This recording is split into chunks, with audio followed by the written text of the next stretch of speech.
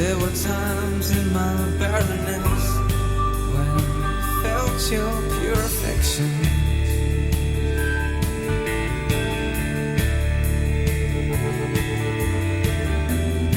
And you heard my frail petition. Yes, this is Steve Whitson. I'm back. It's Full Moon Podcast. Afterglow Part 6. After a little bit of delirious, I'm not ashamed of the gospel. Good song, folks. I might be able to play the rest of it at the end. And, let me hold on a second. I gotta fix, let's pause this right here. Okay, she's paused. Alright, I'm coming back. Okay, we are getting into Part 6. This is clip number 10 that we're going to be dealing with. This one's about a 2-minute long, might be a little bit longer here. And we're going to be looking up some scriptures this time around to look at it. But again, remember, resurrection of the dead is the dead body coming back to life, according to Anastasis Necron, the standing again of a corpse. That is resurrection. Soul coming out of Hades and going into heaven into, quote, a spiritual body is not called resurrection. Nobody ever saw that happen. Nobody witnessed it. It never happened until 70 AD, according to you guys. So, we're starting with that definition. With that definition understanding, let's listen to what he's got to say. Again, it's the same thing. Verse 25. Verily, verily, I say unto you, the hour is coming, and now is, and now is, and now is. There's not. This is in Jesus, from Jesus' perspective, there is a resurrection of the just and unjust that's coming, but the hour now is, when he was saying that, before the resurrection of the unjust, where they could pass from death to life. It was happening then. Was it physical? No, it wasn't. And that's why we said, ting, where's the drum? Bing, regeneration. When somebody's had their sins washified, they are justified, they are sanctified. When they have the washing of regeneration take place. That is called the new birth. It's not called resurrection. Resurrection is the standing again of a corpse. Just because you say a dog has 5 legs does not make it true. Regeneration is not resurrection. I think I'm getting my point across after saying it 30 million times and still addressing this is why we had the problem here. And those who think he won, this is part of the point where I'm doing this. You guys got to come back and read, listen, watch, and listen to what he says carefully instead of brushing it under the rug. Wit's that, or did Jesus lie? There's no alternative here. When the dead shall hear the voice of the Son of God, and they that hear shall live. For as the Father hath life in him. Let's go back to John 5, and I am going to point out that one more time for everybody. Now, he's going to say it later on. Look at verse 5. It says over and over again in this thing. The hour is coming is now here when the dead will hear the voice of the Son of God, and those will hear will live. So that's talking about the resurrection. Yes, in the future there will be a point where he will call. That time will come when the dead will hear the voice of the Son of God, and those will hear will live. Just like with Lazarus, he said, come forth. And they came forth. For as the Father has life in himself, so he's granted his Son also to have life in himself. That is not talking about the life that they're passing on like he does. This is a much deeper philosophical thought, but Steve's never dealt with this kind of a thing before. Deep thinking, he hasn't. For as the Father has life in himself. So the Father has life in himself. Do we have life in ourselves? In other words, if Jesus, this universe, no, we would die. If Jesus would disappear, would we die? Yes, we would die. We are dependent on this world, earth, and God, and Jesus for our lives. But as for the Father, he has life in himself. He is not dependent on something else happening. He has life. So he granted the Son also to have life in himself. So the Son has life in himself. This isn't something they pass on. This is in himself. And he has given him authority to execute judgment because he is the Son of Man. Again, this goes back, yes, to Daniel 7. because he's the Son of Man, he's been given he will be given the kingdom. And so when he's given the kingdom, and what will happen when he's been given to the kingdom? There will be a time. Do not marvel this. For an hour or a time is coming when all who are in the tombs, not graves, not Sheol, not Hades. Well, excuse me, I'm sorry. Tombs are graves. Graves are not Hades. He says, and he thinks that's another one of those words that it means the same thing. When they wanted Hades, they would have said Hades. If the beaver asked for the fish, you give the beaver, you take the fish. All those in the tombs. What's a tomb? Is that Hades? No, a monument where dead people go to remember them. A tomb, a sepulcher, the tombs, the tombs. So every time you hear that tomb, what's in the tomb? The dead body. Isn't that wonderful, folks? Now let's look up the word Hades. Let's see. Strong word, Hades. The abode of the departed spirits. That's where they are. How many times is this used? 10 times. Wow. Only 10 times. Where's Hades used? Okay. Matthew 11. You will descend to Hades, shall be brought down to hell, or Hades. Matthew 16:18. And the gates of Hades will not prevail. You will be brought down to Hades. In Hades he lifted up his eyes. My soul to Hades. Soul in Hades. Thou wilt not leave my soul, right? 2:27. You will not leave my soul in Hades.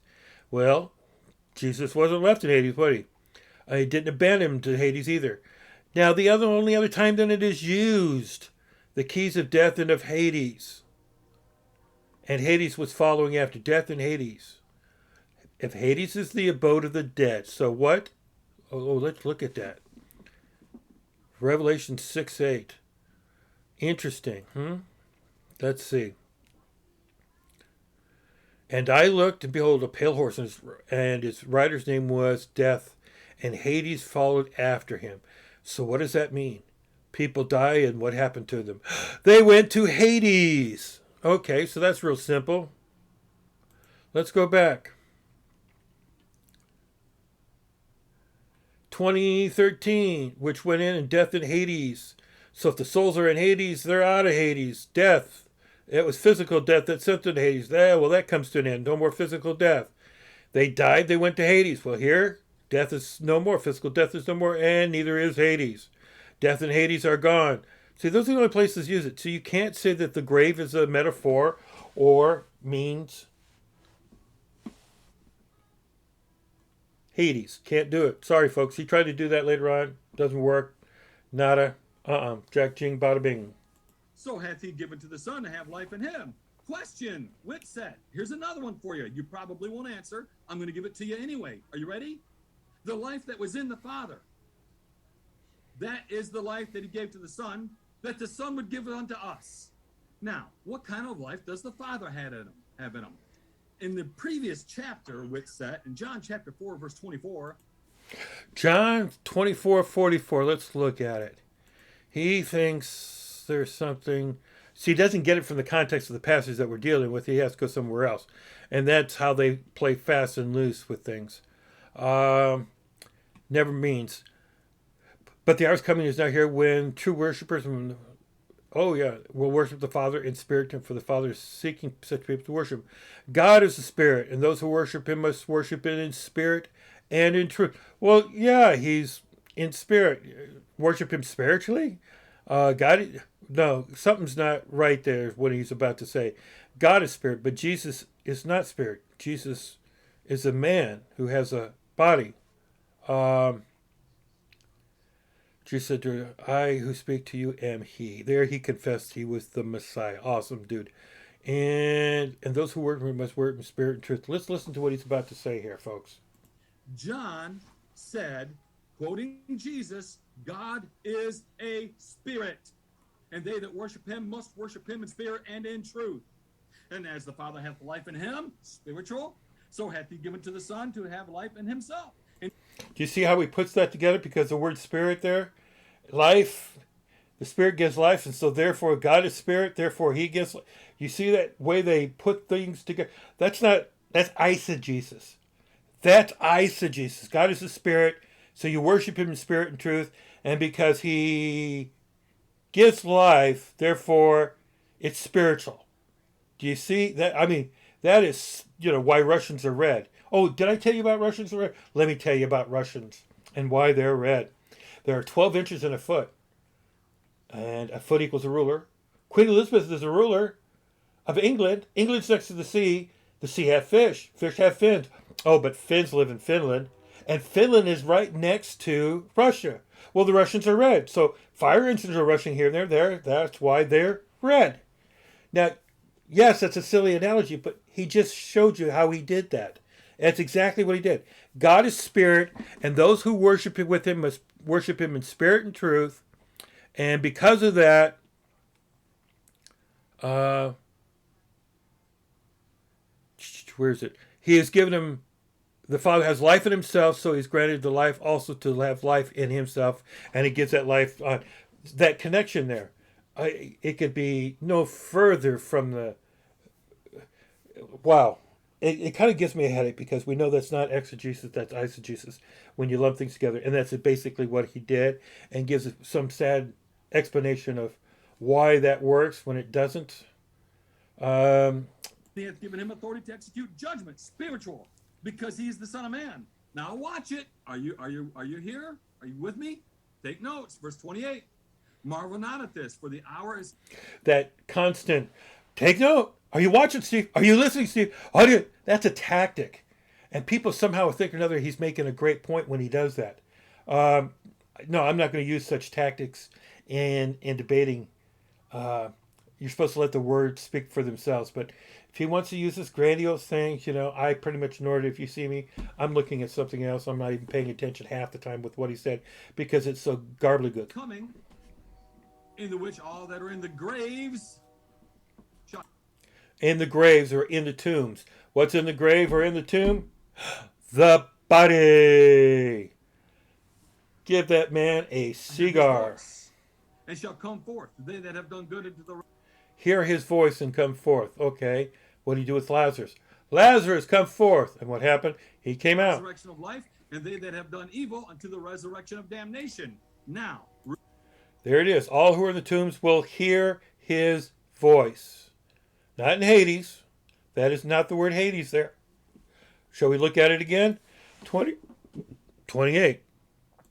That's not Hades. He says graves and the Hades are the same thing. In the tombs, the memories, memorial, monument.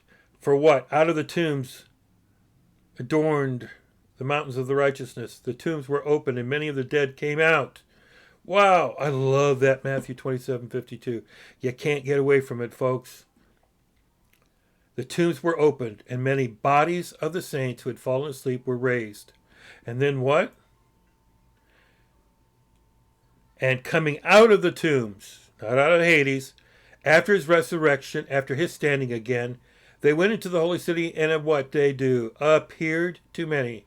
So when the dead are raised, they appear. Everybody gets to see them. Real quick. Do you agree that Hades was the place of the just and the unjust? Yes or no?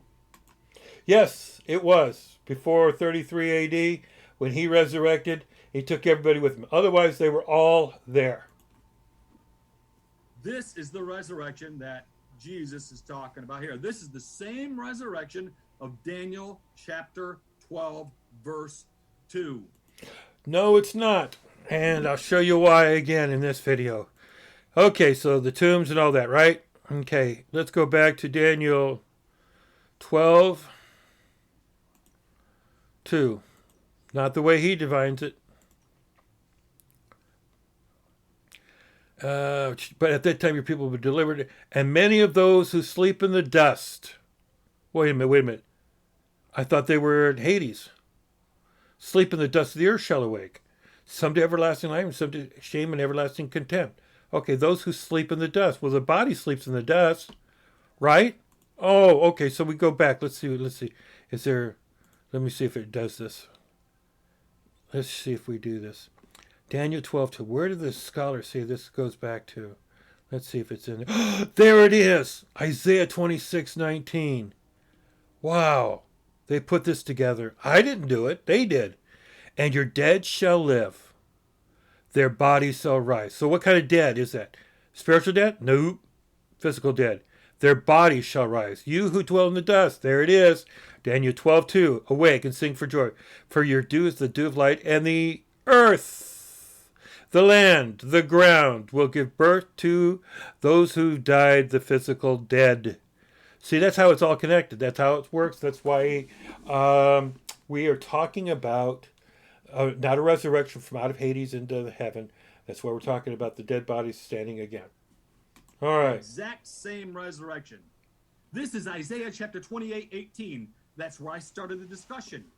When the wait. See, he says that when everybody up to Hades came to a complete end in 70 AD. So that's why he's using 28:18. He's using that to prove this is the time when Hades ceased to be anymore. It ended. It's gone. It's no longer there at 70 AD. And so that's why he pauses it all together. 18. Then your covenant with death will be annulled, and your agreement with Sheol will not stand. When the overwhelming scourge passes through, and you will be beaten down. Let's go back a little bit. A cornerstone in Zion. Therefore, hear the word of the Lord, you scoffers, and who rule the people in Jerusalem, because you said we have made a covenant with death, and with Sheol we have an agreement with the overwhelming whip passes through, and it will not come to us.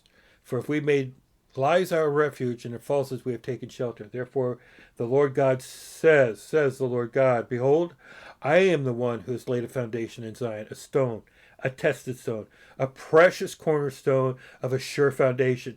Whoever believes will not be in haste, and I will make justice the line, and the righteousness the plumb line. There it is again. Justice, and sanctification. And hail will sweep away the refuge of lies, and water will overwhelm the shelter. Then your covenant with death will be annulled, and your agreement with Sheol will not stand. When the overwhelming scourge passes through, you will be beaten down by it. And as often as it passes through, it will take you. By morning it will pass through, by day and night. And it will be sheer terror to understand the message. For the bed is too short to stretch over oneself on, and the covering too narrow to wrap oneself in. For the Lord will rise up as on Mount Perazim, in the valley of the Gibeon, and he will be roused. To his dead, strange is his deed, and to the work his work. Alien is his work. Now therefore do not scoff, lest your bonds be made strong. For I have heard a decree of destruction from the Lord God of hosts against the whole land. Ooh, that sounds like, the destruction of Jerusalem. Okay. Your death will be annulled. The covenant of death that you had will be annulled. Okay. Was that resurrection or just for the righteous? Could be taken either way.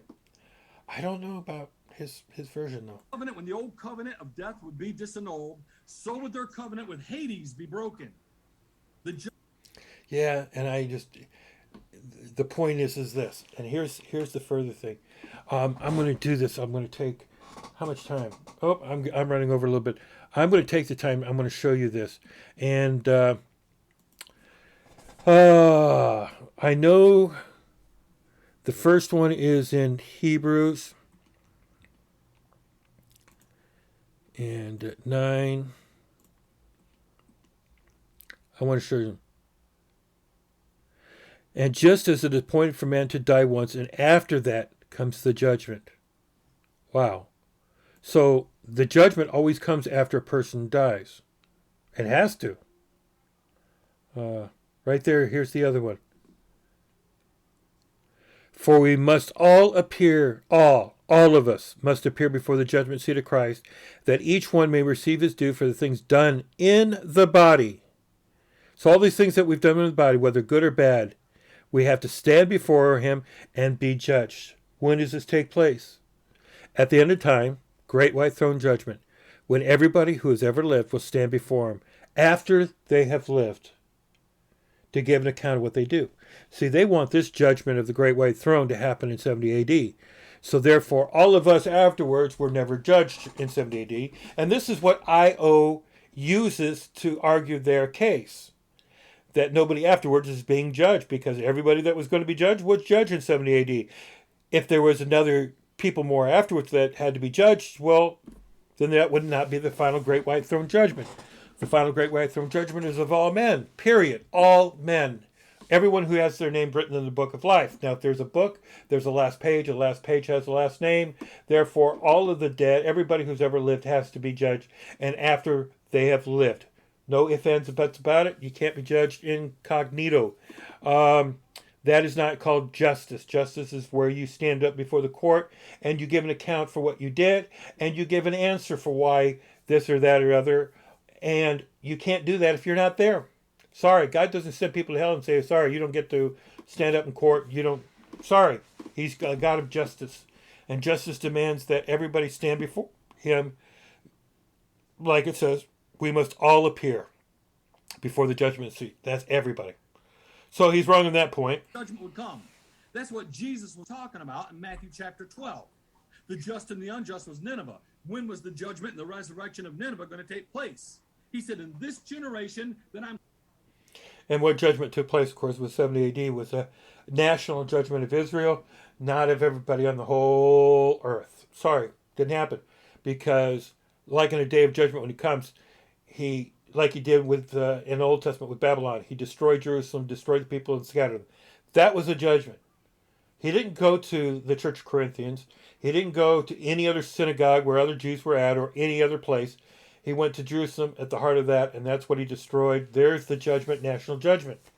Now, because those people were judged nationally and they were killed, then that means they will one day stand before the judgment seat of Christ and be judged there for why they did what they did.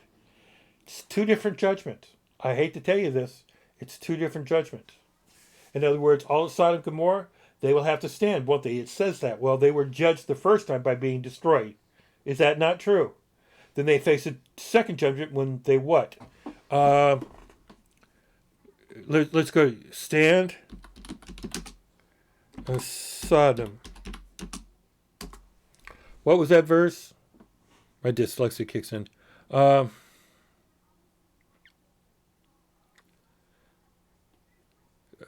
did it go?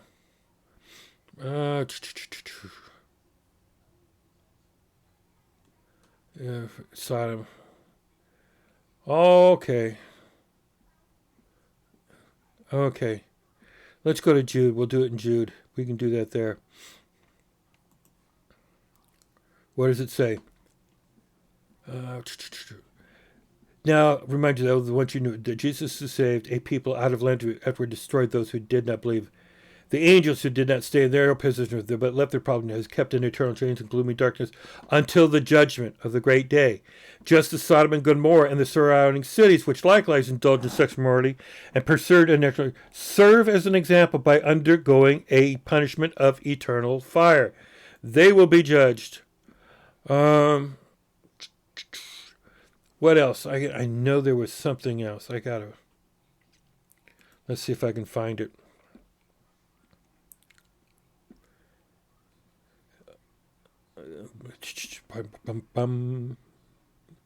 Well, okay, is that Matthew 10? Let's look at that a little closer. 10:15.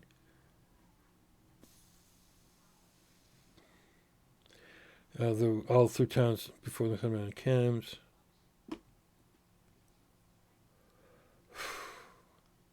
All right, I can't find it right now. I'm spending too much time on this.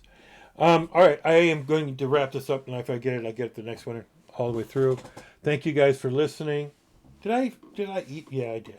I had to have. Yeah, I finished it up. Okay. I'm confusing myself. All right, let's get back to the music. You guys have a good night, and you can catch me on part 7. Oh, I wanna sing again for my brother man. Find my